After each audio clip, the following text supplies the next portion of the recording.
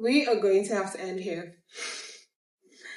We will continue from the next chapter tomorrow. Thank you so much for reading with us thus far.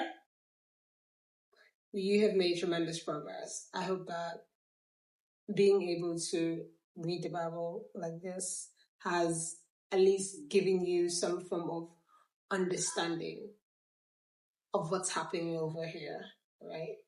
I know that we have gone through a lot, reading about a lot of history, and now we're in this beautiful book where the best king we've ever read about, or the wisest king we've ever read about, is just saying things that give us an insight to his mind or give us an insight to how he thinks. And it's a different journey, but it's also exciting. So thank you so much for reading with us today. I'm sure that you have made tremendous progress. We can't wait to read with you tomorrow. Please, before you go, don't forget to like this video, subscribe to our channel, and share this video so that many more people can join us. Thank you, and see you tomorrow. Hi, welcome to day 95 of Reading the Bible from Genesis to Revelation. We are currently in the book of Proverbs, and I am excited. Why? Because we're making progress. I'm absolutely excited. We're continuing from chapter 18. If you're new here, you would be able to read the next 5 chapters from chapter 18 if you stick with us in the next 30 minutes. It's part of our grand plan to be able to read through the whole Bible in 155 days. So let's go.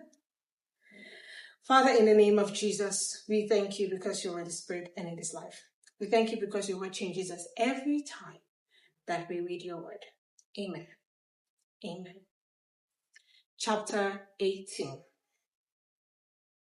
An unfriendly person pursues selfish ends, and against all sound judgments starts quarrels. Fools find no pleasure in understanding, but delight in airing their own opinions. When wickedness comes, so does contempt, and with shame comes reproach. The words of the mouth are deep waters, but the fountain of wisdom is a rushing stream. It is not good to be partial to the wicked, and so deprive the innocent of justice. The lips of fools bring them strife, and their mouths invite a beating. The mouths of fools are their undoing, and their lips are a snare to their very lives. The words of a gossip are like choice morsels. They go down to the inmost parts.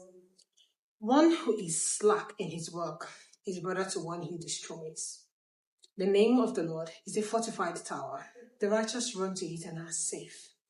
The wealth of the rich is their fortified city. They imagine it a wall too high to scale. Before a downfall, the heart is haughty, but humility comes before honor. To answer before listening, that is folly and shame. The human spirit can endure in times of illness, but a crushed spirit, who can bear? The heart of the discerning acquires knowledge, for the ears of the wise seek it out. A gift opens the way and ushers the giver into the presence of the great.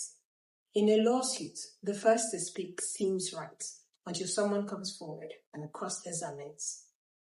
Casting the lot settles disputes and keeps strong opponents apart. A brother wronged is more unyielding than a fortified city. Disputes are like the barred gates of a citadel. From the fruits of their mouths, a person's stomach is filled. With the harvest of their lips, they are satisfied. The tongue has the power of life and death, and those who love it will eat its fruit. He who finds a wife finds what is good and receives favor from the Lord. The poor pleads for mercy, but the rich answers harshly. One who has unreliable friends soon comes to ruin, but there is a friend who sticks closer than a brother. Chapter 19. Better the poor whose way of life is blameless than a fool whose lips are perverse. Desire without knowledge is not good. How much more will hasty feet miss the way? A person's own folly leads to their ruin, yet their heart rages against the Lord. Wealth attracts many friends, but even the closest friend of the poor person deserts them. A false witness will not go unpunished, and whoever pours out lies will not go free. Many curry favor with a ruler, and everyone is the friend of one who gives gifts. I get it. Happens a lot. The poor are shunned by all their relatives. How much more do their friends avoid them? Though the poor pursue them with pleading, they are nowhere to be found. The one who gets wisdom loves life. The one who cherishes understanding will soon prosper. A false witness will not go unpunished, and whoever pours out lies will perish. This is the second time they're saying this. It is not fitting for a fool to live in luxury. How much worse for a slave to rule over princes? A person's wisdom yields patience. It is to one's glory to overlook an offense. A king's rage is like the roar of a lion, but his favor is like dew on the grass. A foolish child is a father's ruin, and a quarrelsome wife is like the constant dripping of a leaky roof. Houses and wealth are inherited from parents, but a prudent wife is from the Lord. Laziness brings on deep sleep, and the shiftless go hungry. Whoever keeps commandments keeps their life, but whoever shows contempt for their ways will die. Whoever is kind to the poor lends to the Lord, and he will reward them for what they have done. He will reward them for what they have done. Discipline your children, for in that there is hope. Do not be a willing party to their debt. A hot-tempered person must pay the penalty. Rescue them, and you will have to do it again. Listen to advice and accept discipline, and at the end you will be counted among the wise. Many are the plans in a person's heart, but it is the Lord's purpose that prevails. There's someone I know that loves this passage so much. So much. He'd always say it again and again and again, and he does it to I think he uses it as a form of, let's say, surrender to the Lord, something like that. Like to say, I can plan all I can plan, but, it's God's counsel that will prevail, or God's purpose that will prevail. It is beautiful. What a person desires is unfailing love. Better to be poor than a liar. What a person desires is unfailing love. Better to be poor than a liar. The fear of the Lord leads to life. Then one rests content, untouched by trouble. A sluggard buries his hand in the dish. He will not even bring it back to his mouth. If flog a mocker, and the simple will learn prudence. Rebuke the discerning, and they will gain knowledge. Whoever robs their father and drives out their mother is a child who brings shame and disgrace.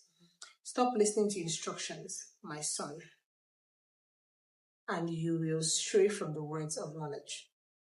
A corrupt witness mocks at justice, and the mouth of the wicked gulps down evil. Penalties are prepared for mockers, and beatings for the back of fools. Chapter 20. Wine is a mocker and beer a brawler. Whoever is led astray by them is not wise. A king's wrath strikes terror like the roar of a lion. Those who anger him forfeit their lives. It is to one's honor to avoid strife, but every fool is quick to quarrel. Sluggards do not plow in season, so at harvest time they look but find nothing. The purposes of a person's heart are deep waters, but one who has insight draws them out. Many claim to have unfailing love, but a faithful person who can find? The righteous leads blameless lives. Blessed are their children after them. When a king sits on his throne to judge, he winnows out all evil with his eyes. Who can say, I have kept my heart pure? I am clean and without sin. Differing weights and differing measures, the Lord detests them both. Even small children are known by their actions. So, is their conduct really pure and upright? Ears that hear and eyes that see, the Lord has made them both. Do not love sleep or you will grow poor. Stay awake and you will have food to spare. It is no good. It is no good, says the buyer. Then goes off and boasts about the purchase. Women, come closer. Or rather, some women. It is said that in the market, it's easier to sell something to a guy than it is to sell to a lady. Because most times, ladies will try to bargain. Most times, guys do not try to bargain, right? And while I agree with this truth, it is like it's something that I've seen before, that someone would try to bargain for the products. And they're bargaining and they're bargaining and they're bargaining. And you see their face, you're like, you don't feel like the things, but just trying to like buy it. And then you don't buy it, and I'm going like, it was good price though. How much? I want to say it to me at so price. It's so funny. And it has also made people, right, when they want to buy something, they don't expressly give the notion that, oh, they like this thing. They would give the notion that, okay, let me just take this one. I know that is only in Africa, but in my country, it is done a lot, and it's done by women. So you see that thing we do, it's in the Bible right here. Oh my God. I think it's just interesting. I think one of the things I like in the Bible, aside from it being the Word of God, is that it talks about real human beings, and it's, I don't use the word relatable because that might take away from the meaning per se, but it is relatable. I'm looking for a different word. I'm not saying it yet, but it is so relatable. Like, it is something that it's not far-fetched, right? Even the parts that feel like, oh, they're talking about spiritual things and stuff like that, it's still not far-fetched. Like, it would give you insight to what has been happening in the human civilization for as long. For example, this has been written as far back as it was written. So it means that this did happen in their day, right? So like, it just shows you how somehow consistent human behavior has been over the millennia, over hundreds and hundreds and thousands of years, right? Also, there's a part I've read in the Bible. This is example number 2. There's a part I've read in the Bible, and it says, "Do not give bribes to." I think the soldiers. Something about soldiers and bribes back then. The Roman soldiers and bribes, and I'm like, this existed back then. Like, you think that, oh, this is just happening now because in the last days there's corruption, blah blah blah. It existed back then. It was an eye-opener for me because I'm like, okay, so this has got to be, there's something about this profession that is making this happen, or something about the human psychology, or something about humans that are in this particular profession that's making this thing happen over these thousands of years, right? So it's incredible. Like, it gives you some kind of backstory, but it doesn't necessarily say, I'm giving you a backstory, but then it gives you a backstory. And then you get my points. Something like that. Plenty said. Let us continue from verse 15. Sorry. Gold there is, and rubies in abundance, but lips that speak knowledge I urge you. Take the garment of one who puts up security for a stranger. Hold it in pledge if it is done for an outsider. Food gained by fraud tastes sweet, but one ends up with a mouthful of gravel. Plans are established by seeking advice, so if you wage war, obtain guidance. A gossip betrays a confidence, so avoid anyone who talks too much. If someone curses their father or mother, their lamp will be snuffed out in pitch darkness. An inheritance claimed too soon will not be blessed at the end. Do not say, I will pay you back for this wrong. Wait for the Lord, and he will avenge you. The Lord detests differing rates, and dishonest skills do not please him.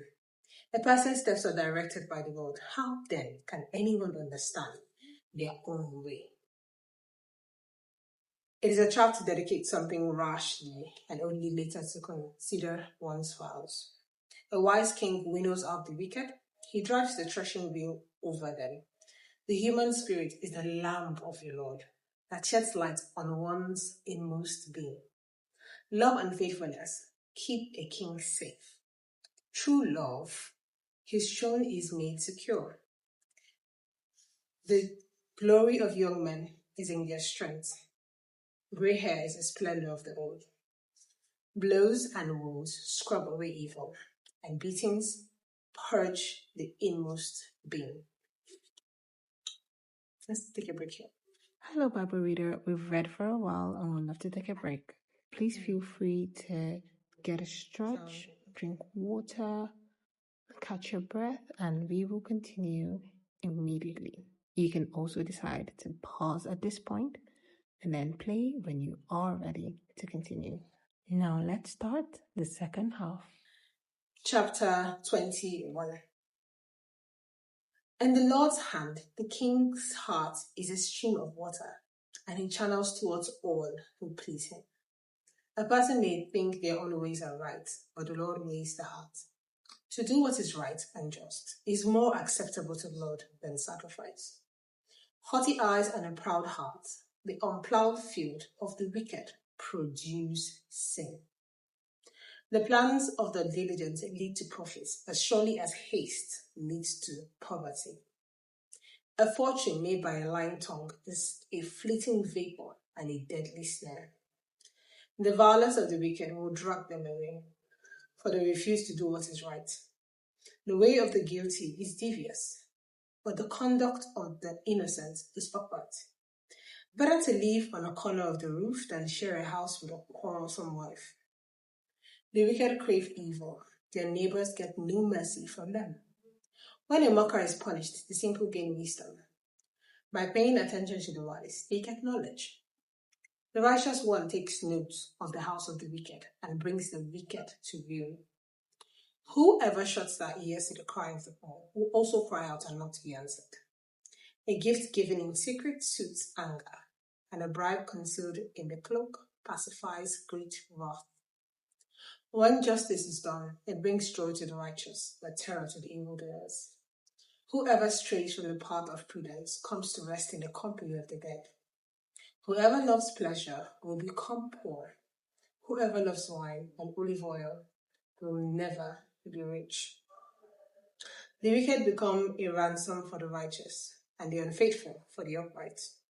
Better to live in a desert than the quarrelsome and nagging wife.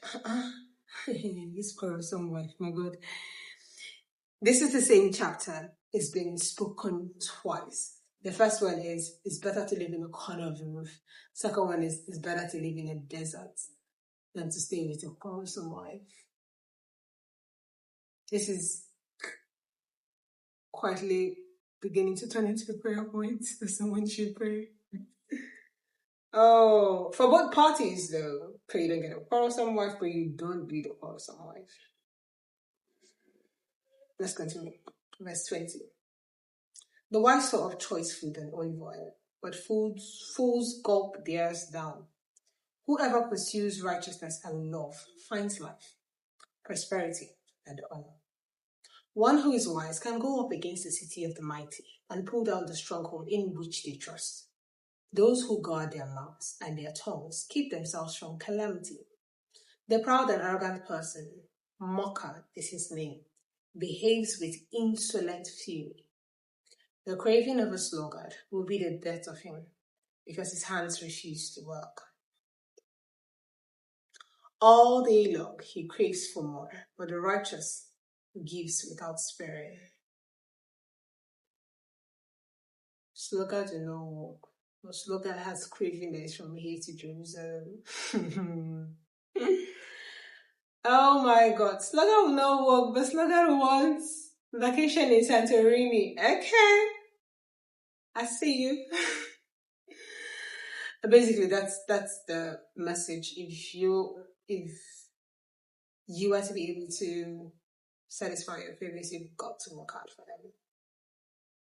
The sacrifice of the wicked is detestable. How much more so when brought with evil intent? A false witness will perish, but a careful listener will testify successfully. The wicked put up a bold front, but the upright give thought to their ways. There is no wisdom, no insight, no plan that can succeed against the Lord. The horse is made ready for the day of battle, but victory rests with the Lord. Chapter 22. A good name is more desirable than great riches. To be esteemed is better than silver or gold. Rich and poor have this in common. The Lord is the maker of them all. The prudent see danger and take refuge, but the simple keep going and pay the penalty.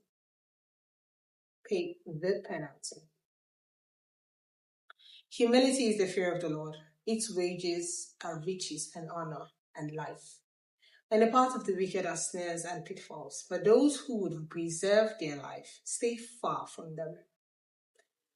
Start children off on the way they should go, and even when they are old, they will not turn from it. The rich rules over the poor, and the borrower is slave to the lender. Whoever sows injustice reaps calamity, and the rod they wield in fury will be broken. The generous will themselves be blessed, for they share their food with the poor. Drive out the mocker, and out goes strife. Quarrels and insults are ended.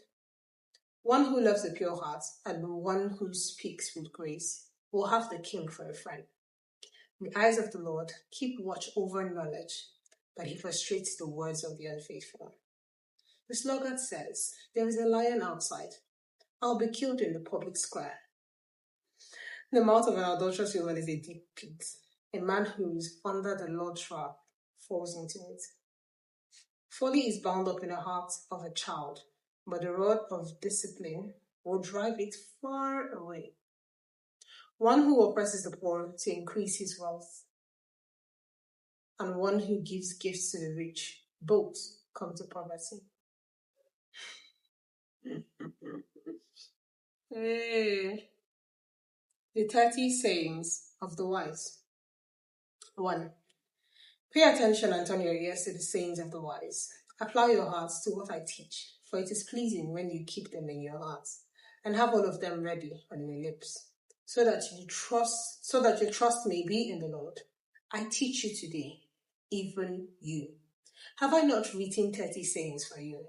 Sayings of counsel and knowledge, teaching you to be honest and to speak the truth, so that you bring back truthful reports to those you serve. Do not exploit the poor because they are poor, and do not crush the needy in court. For the Lord will take up their case and will exact life for life. Do not make friends with a hot-tempered person. Do not associate with one easily angered, or you may learn their ways and get yourself ensnared. Do not be one who shakes hands in pledge, or put up security for debts. If you lack the means to pay, your very bed will be snatched from under you. Do not move an ancient boundary stone set up by your ancestors. Do you see someone who is skilled in their work? They will serve before kings. They will not serve before officials of low rank. Chapter 23. When you sit to dine with a ruler, note well what is before you, and put a knife to your throat. If you are given to gluttony, do not crave his delicacies, for that food is deceptive. I could stay here and talk all day, but I would not. I would not, because I think some people don't get it. Some people don't get it. To some people, it's like, oh, I have the advantage. Oh, I'm being offered this, I have all of this advantage. I'm going to use all of them. let's even use the literal example of food in front of, even though we know that this thing is not just for food per se, right? It can be extrapolated to other things. But some people that feel like, when they're in a place that they can have so many things that they don't pay for, right? And they're always trying to take advantage of everything. I'm not saying there's a difference between, you find yourself somewhere and maybe there's some advantage that you were not expecting. Then it comes and they're like, you have the option of doing this, like, and then you're like, it's okay for you to like indulge one or two. But for people that they've made it a character that they feel like they're, when I say taking advantage of others, not really per se. Oh God, I think I'm losing you in this my explanation. But you get my point. You get my point. You get my point. Let me try again. Another example. Do you know that you are not training your mind well when you go to an event and you eat and you carry tequila? I'm sorry I shook that tip. You are not training your mind properly. If you find yourself always doing that, you go to a place and then you eat what you have to eat there and then you take extra. Especially when you don't have to pay for it. Like you go to an event or a wedding. People do that in events. Actually, it's mostly people in the village that do this, but for some reason, I'm not realizing that some young people do that. They get to a place, they want to pack everything. Okay, this is accruing to you. We're going to give you this, we're going to give you this. But you want to take everything, you want to take extra and go. That kind of lifestyle does not help your brain. Royalties don't behave that way. Royalties don't behave that way. You're royalty. Royalties don't behave that way. There's just, people sense these things, just in case you don't know. People can tell. Once you do that kind of thing in front of someone who is, who knows more than to do that, it's no longer about the food anymore for them. It's like, this person's level of thinking is down here, and I always thought it was up here. So it's a challenge. If you have a different explanation as to what they're saying here, please drop it in the comment section. I would really love to talk about it. But this whole example of, always taking advantage of everything because it's free, you park. I don't like it. And that's what this reminded me of once I read it. So let's continue. I said I was not going to talk plenty, but I did. I'll try not to interrupt again. Let's continue. Do not wear yourself out to get rich. Do not trust your own cleverness.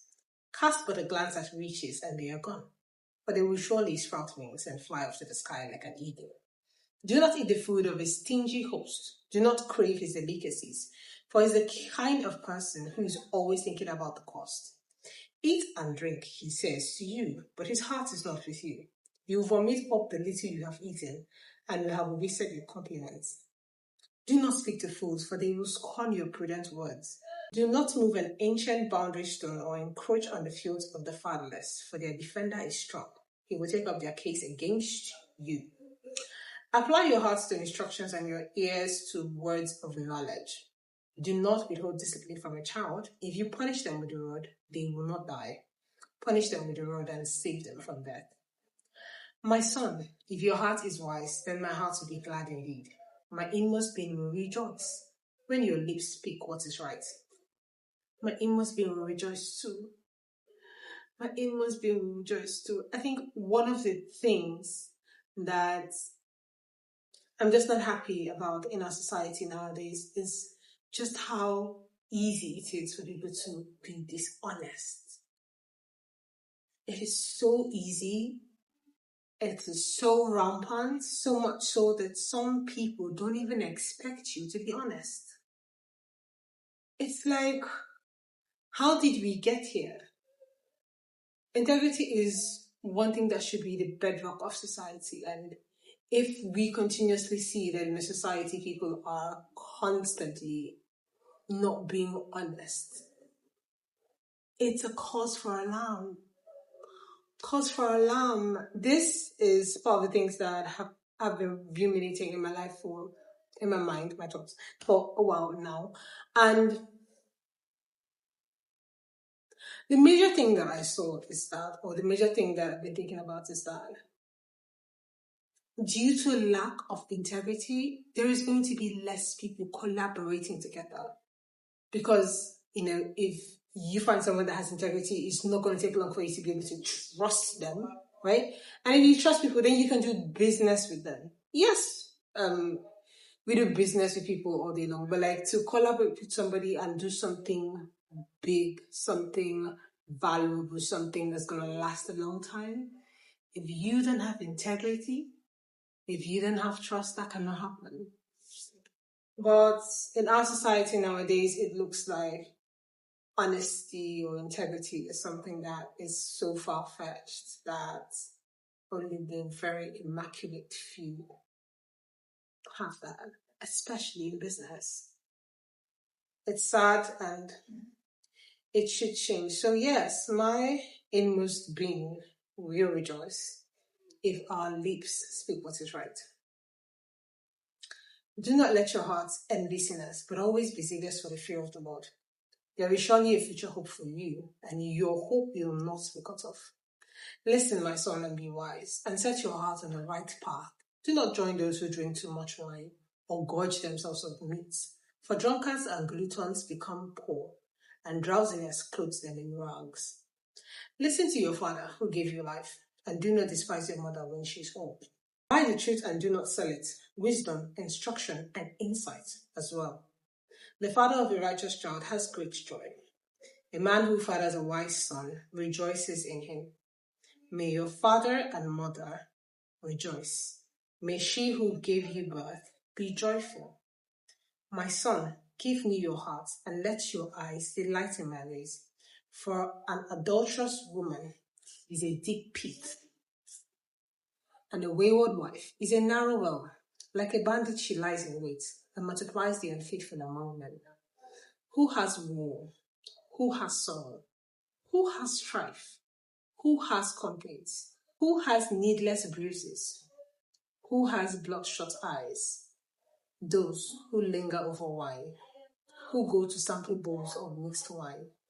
Do not gaze at wine when it is red, when it sparkles in a cup, when it goes down smoothly. In the end, it bites like a snake and poisons like a viper. Your eyes will see strange sights, and your mind will imagine confusing things.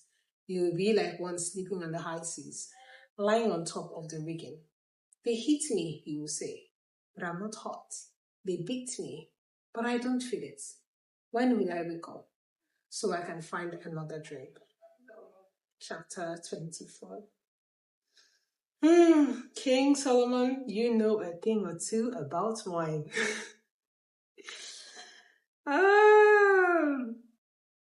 For him to say, when it sparkles in a cup, when it goes down smoothly, that's the word of someone who knows wine.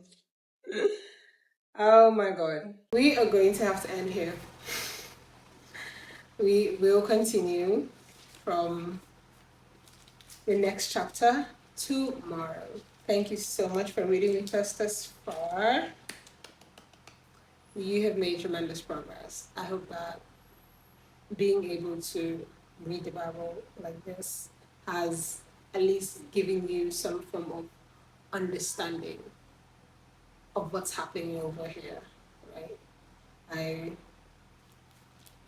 know that we have gone through a lot, reading about a lot of history, and now we're in this beautiful book where the best king we've ever read about, or the wisest king we've ever read about, is just saying things that give us an insight to his mind, or give us an insight to how he thinks. it's a different journey, but it's also exciting. So thank you so much for reading with us today. I'm sure that you have made tremendous progress. We can't wait to be with you tomorrow. Please, before you go, don't forget to like this video, subscribe to our channel, and share this video so that many more people can join us. Thank you, and see you tomorrow.